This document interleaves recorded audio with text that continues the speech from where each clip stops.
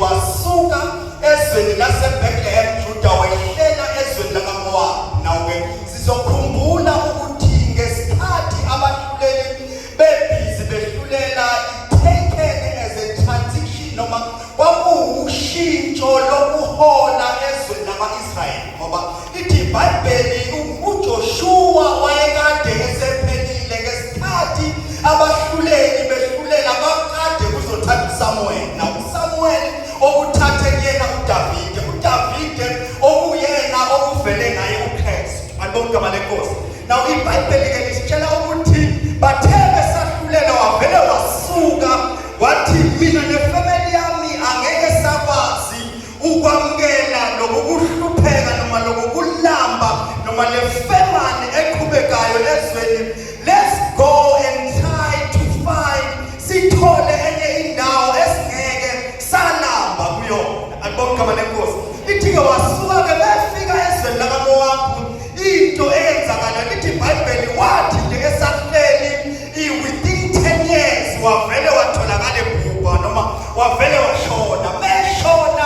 Washona nabantwana bakhe bashona ngoba babushusha. Lithi iBhayibheli in the book of Judges chapter 17 lithi ngesikhathi sokwahlulela kwabahluleli, lithi isikhathi lapho abantu babengenankosi khona, abantu babephila noma kanjani. Umuntu mezizwa ukuthi akavuke avela memeze, evuka avela memeze because there was no leader in the country. Alibonke igama lenkosi. Now ke wafika la kaMowabi, elithi igama uMowabi mawufunda incwadi kaLeviticus noma incwadi kaGenesis chapter 19 uzokutshela ukuthi uLoti uNkulunkulu ngesikhathi ebhubhisa iSodoma neGomora wabaleka. uLoti wabaleka namadodakazi akhe amabili. Mebaleka namadodakazi akhe amabili wahamba wayoqasha emumeni. Kwasikabona bobathathu. Bebefika emumeni into eyenzakalayo bahlala in such a way uLoti usemdala. Wavele wasuka usisi omdala wathi eyasisi ubaba usemdala. I think there is something that we can do to corrupt him. Wathi kunento engicabanga ukuthi singayenza ubaba kuzaphume ezingqondweni zakhe. Wabonakala nosisi ethi no, into esikayenza ukuthi simfake uphuzo ondaba. Mesimfaka uphuzo ondaba uzobe sehlangana nami ngoba njengoba sihleli ngaphezweni akusekho umuntu wesilisa khona. But the only person esele naye ubaba. Bamphuzisa uphuzo ondaba wase wafika lapho ethi khona no sengiyahlangana nobaba. Ngenobeka leli gama bazalwane ngoba sinengane ezincane kodwa ke wahlangana losisi omdala nobaba. Mebehlangana wabuya wayotshela usisi wakhe ukuthi wesisi sekuhlanganile nobaba. Yazi nawe umasuka uyozama ukuhlangana nobaba. Lithi iBhayibheli wazala ingane eyabizwa ngokuthi uMowabi. Mayibizo lengane ngokuthi uMowabi yahamba yayokala isizwe lapho ubaba khona wamaMowabi. Waqala isizwe kanti usisi wakhe omncane wazala waqeda kuthiwa uAmoni, okuwukuthi igama laleyo ndodana uyise wama-Ammonite. Ufika ke kwelembeleki kule setup ekhona, ufika kunalesi simo samuntu nje ogama lakaMowabi elithi from my father. Lithi uphamuke kuba wafika kuleyo setup ekhona. Wafika, thank you so much. Wafika kuyaphithizela abantu bayahlangana nje. Lithi babekhonza uNkulunkuluwana. Lo Nkulunkuluwana igama lakhe ithiwa Chemosh. Lo Chemosh bebekade bekhothama kuyena bengamkhonzi uSimakade. Mefika usuka ezweni awafethu, usuka ezweni lesikwa, usuka ezweni lendumiso, uzofika ezweni lapho kungakhonza khona uNkulunkulu. Ukuze sikhonze kufanele siyokhothama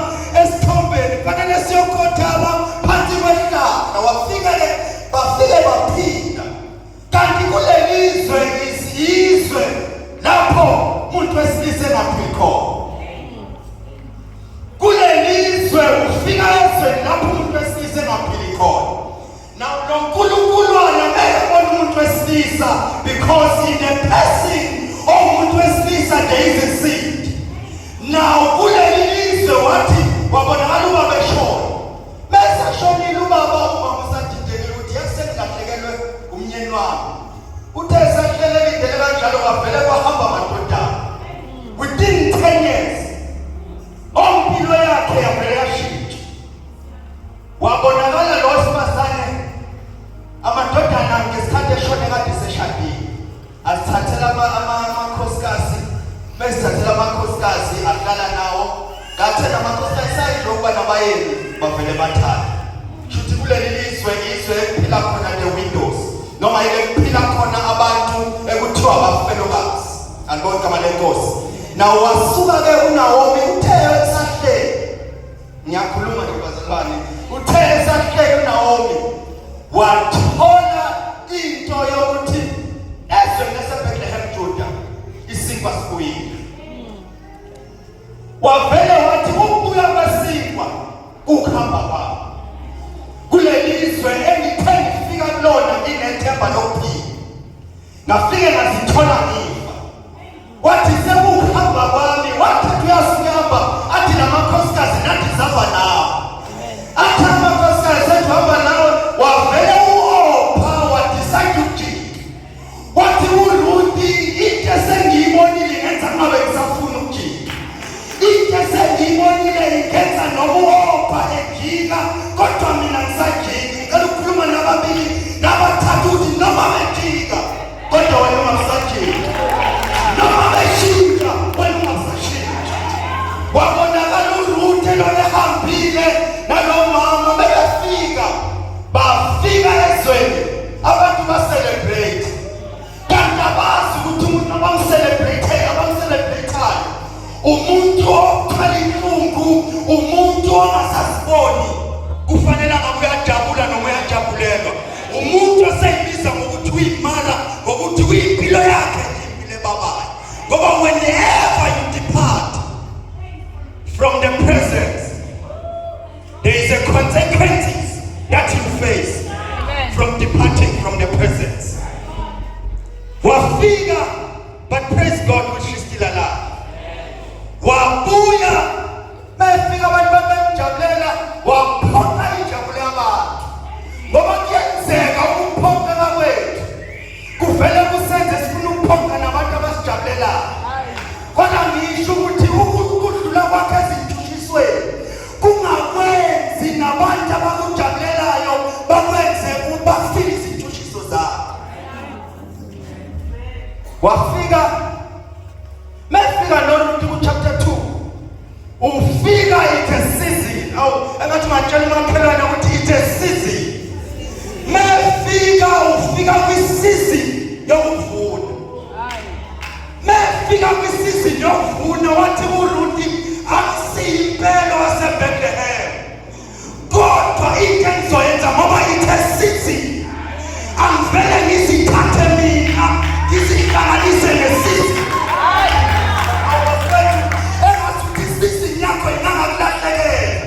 When the season comes, ungabheki imuva lakho kodwa just partner yourself with the season.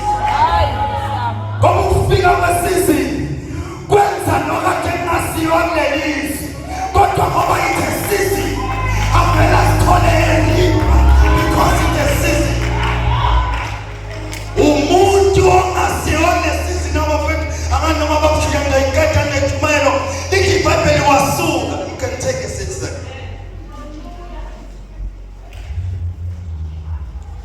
Wavele wasuka wayogijima wayensimini. Mind you uBowazi abamazi. Ukungamazi kwakhe uBowazi namasima kawazi ukuthi yona ipheka Bowazi. Kodwa wazitholakala ehamba. Behamba umuntu angisho ukuthi uRuthi uzithola akungena the uncommon favor. Ngoba the uncommon favor will direct you. Esibeleni lapho uzothola uncommon favor. You're back in the right position. Awumathi ngamemezela ukuthi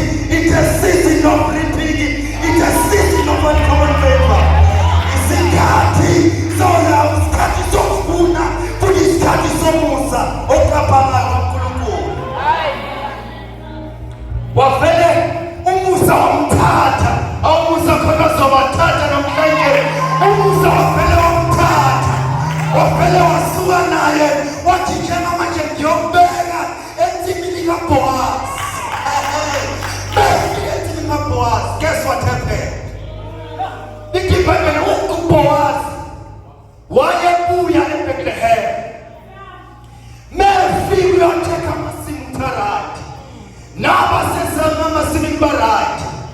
According to the Leviticus chapter 19, lithi iBhayibheli kwa-Israyeli bekunento yokuthi abantu bangabe bevuna. Kunomthetho othi kufanele bavune bese beyadropha ngemuva. Mebevuna bedropha ngemuva, they are dropping for those who are poor, who may come behind. Bazoxosha lokho kwileyo. Wafika uRuthi akawazi umthetho, kodwa wayifika ehlangana nomthetho. Abafowethu, wafika uRuthi engazi ukuthi ukhontektiwa ukuxhathaza. Igama lesiZulu kukhontektiwa ukuwisa ngemuva ngesikhathi uvuna. Wahamba uRuthi, uBoaz wafika wafuna umqaphi wensimu. Befuna umqaphi wensimu, wafike wakhuluma naye, wakhuluma isibusiso. Ngifuna sibambe lokhu ukuthi uRuthi ngaphambi, abantu abasha cela ukukhuluma le statement ukuthi uRuthi ngaphambi kokuba aphume ekhaya waqala kuNaomi wafuna ipermission yokuphuma. Wahamba ethwala isibusiso ngoba kuyoba inkinga yezimuntu omusha. Uphume ekhaya kanti isibusiso somsitholayo uzosithola ukhetha izinto engafanelanga uyayikhetha because you don't have a blessing of your parents. Kodwa bengikuphi wafika uBoaz wakhuluma isibusiso. Mekhuluma isibusiso amehla akadlula kwabazi. Agijimela kulowo muzi, kulowo ngelende uncommon favor. Wavele wathi, who is this woman?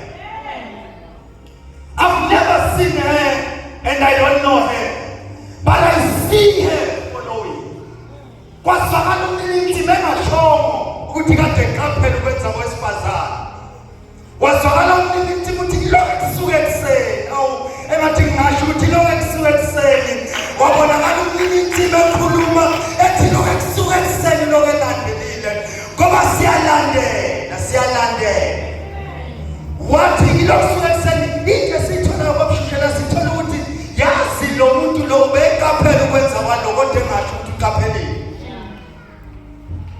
Ngicela ukusho le statement ukuthi okwenzayo ungayeki ukwenza ngoba nakho akekho shilothi sithembiso wenzakala. Kodwa qhubeka wenza ngoba ekwenzeni kwakho kunabantu ababili abaqaphelile.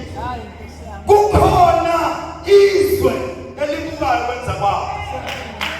Kukhona uNkulunkulu osezulwini okubayo kwenza kwakho. Ukwenza kwakho yenza ungayeki, ungakusayeki.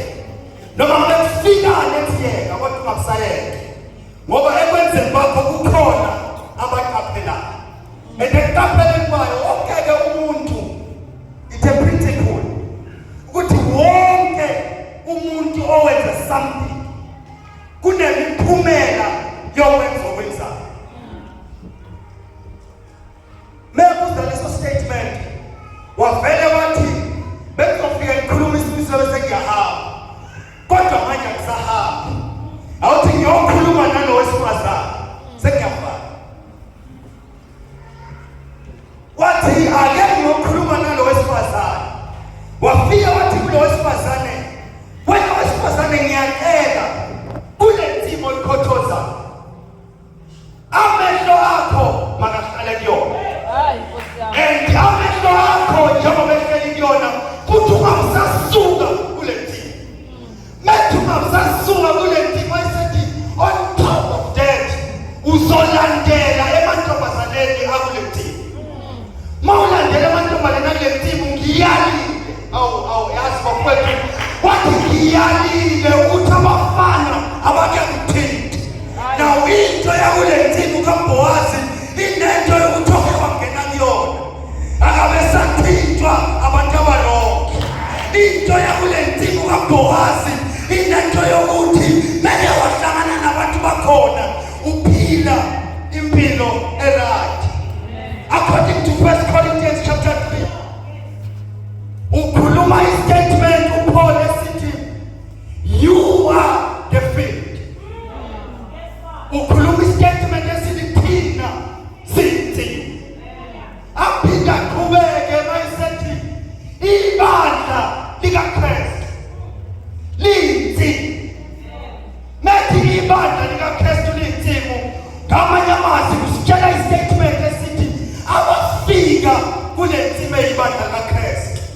Sengiyafana. Bafika kule ntimu eyibandla likaKristu, omlusi wayo kunguKristu ngomoya ongcwele. Kodwa umnini wayo kunguNkulunkulu emazulwini. Wazwakala uPaul embula imfihlakalo yasemazulwini eyibeka emhlabeni, ethi beke wangena ngaphakathi. Izinto ekade kufanele abe ziyakushaya angeke zisakushaya. Kuna ngisho ukuthi as you are within the church, don't depart. Ungasaphumi ngoba sebengene ngaphakathi la kuthi indlela ukuthi bazokhala isinyembezi, kodwa babonakale bejabula. Asebengene ngaphakathi la bamshusha abahlangane nayo kuzwakala bethi angeke ngisathula. Awu bashiso kwaseSamariya bathi lo muntu esengihlangana naye uhlukile kunabantu. Nomuntu esengihlangane naye ohlukile kunabantu. Abake bangena kule ntimu kuthi lapho kufanele ngabe bayashawa khona, kodwa kuvele kufikwe usimakade ewumfikelwa laba abangaphakathi kule ntimu. Abake bangena kule ntimu kuthi kufanele ngabe bayakhala bathi asinamali, kodwa basakale behlabela umhlabelo othi ngicebile kakhulu mangenawo. Abake bangena kule ntimu kuthi kufanele ngabe bagijimele ezinyangeni, bathi inyanga enkulu ogamalayo inguJesu ikhona la. Angisabuye enyangeni, angisabuye abathandazi ngoba nginomndeni wempilo yami. Abangene ngaphakathi ababe besahamba bebalisa, abanye bangena ngaphakathi bathi noma beboshiwe kuvele kuphume umhlabelelo uthi umukhulu wena kuze kube phakade.